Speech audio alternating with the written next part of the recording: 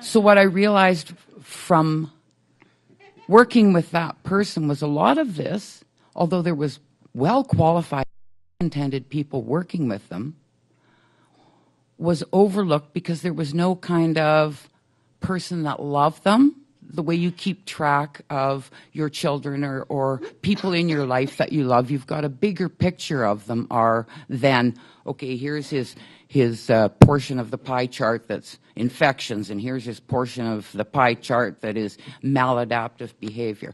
So I started looking at institutions in a very different light. And the organization I currently work for looks at community inclusion, meaningful community inclusion for people with intellectual disabilities. And the difference it makes when someone comes through your door and you don't see them as a family or them as an individual as a big pie chart of problems. I accidentally did it right once. People came through the door. It was a family who had just moved here, and I was all involved in some other task and looked up and whoa, there they were. And they said they had just come to Whitehorse and they've got their folio full of all these informations, assessments and things. And instead of getting really concerned and dealing with it right away, I just popped up and went, oh, well, hello, thank you, thank you for coming in and welcome to Whitehorse. So then we talked, and it was certainly beyond my knowledge and my capacity to change things for them without further conversations and referrals. So I did what I could, and I said, but in the meantime, we'll probably see each other again. Come back, we can talk more about this.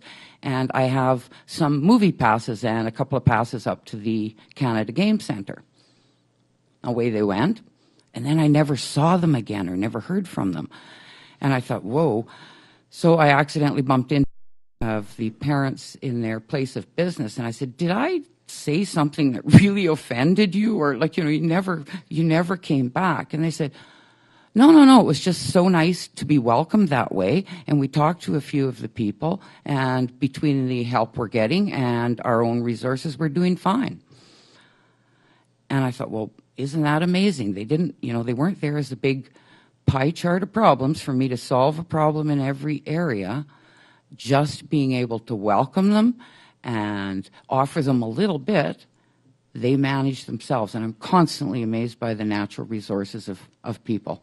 And when I started to break my naive view of the world sometimes, and I was working with people with intellectual disabilities who were also involved in the justice system and would hear their stories, and I would go away thinking, why aren't they all axe murderers? Like if I had to come something like that, I can't believe they still have such a part of them that is pretty sterling, pretty decent. And it was through stories like that helped me realize that although my upbringing was nothing like theirs, I could coexist and be useful and learn a lot from people from a very different background. Thank you.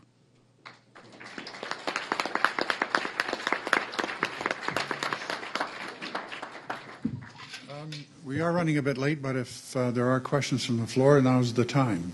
There's Mike in the center, or a roving Mike, if you want to just put up your hand. Over in the corner.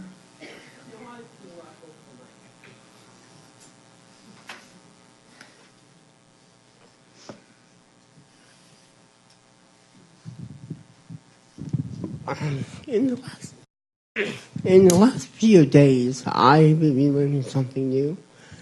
It's called bridges. And before my eyes, there's two great bridges that are able to help me to keep on going, not fall into the cracks, anything else. One of them I have been using for 20 plus years to get myself a better life and so forth. Sorry about my voice, it's very sore.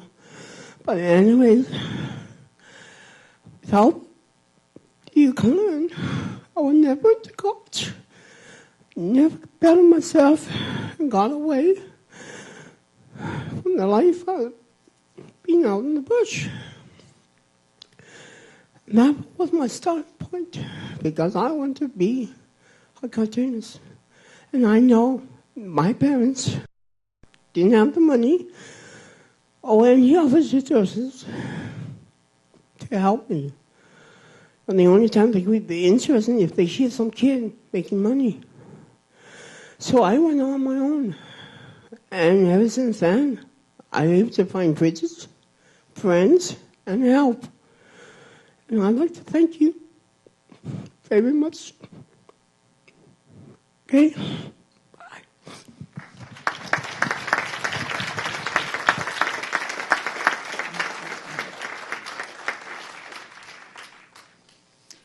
I dare anybody to follow that.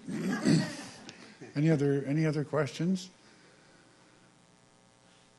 What that speaker just reminded me of, excuse me, and what Vicky talked about when she talked about something up the nose,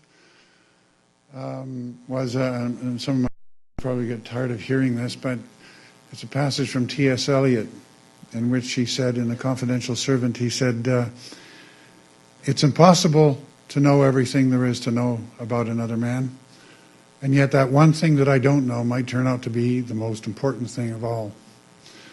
And I think between the panelists, among the panelists, and from the previous speaker, we have to bear that in mind when we see people. I've often told my kids, you can't tell a single important thing about the way a person appears. Not one important thing. And I have to keep repeating that because they don't always get it. The last thing I'd say is that, and I have to stress that poverty and social marginalization is not exclusively a First Nation issue by any stretch. But some of the things that we've done in this country have hugely and cruelly exacerbated the problem for First Nations.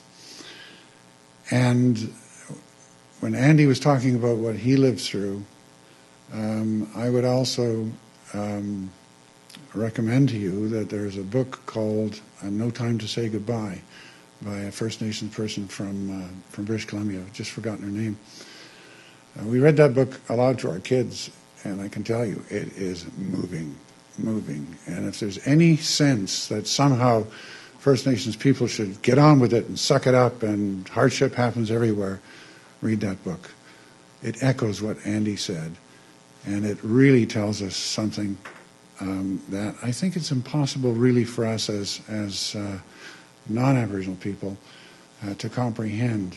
The whole idea of family disruption, and relocation.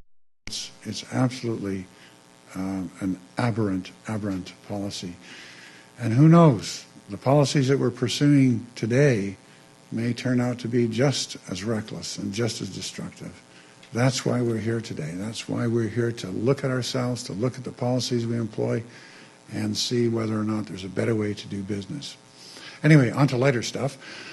We're going to have lunch now. Lunch is served in the next room. It's a buffet. I invite you to fight your way to the head of the throng. Once again, I've forgotten my critical duties, but on the lunch business, we're going to take an hour. It's actually 12:20 now. So if we could meet at 1:30 sharp. We have a lot to cover today. It's really, really important. And I'm going to give Andy a token of our appreciation, which is the red item. And the box that Eric's holding is for the panelists. Please join me in thanking them. 1:30. Back here.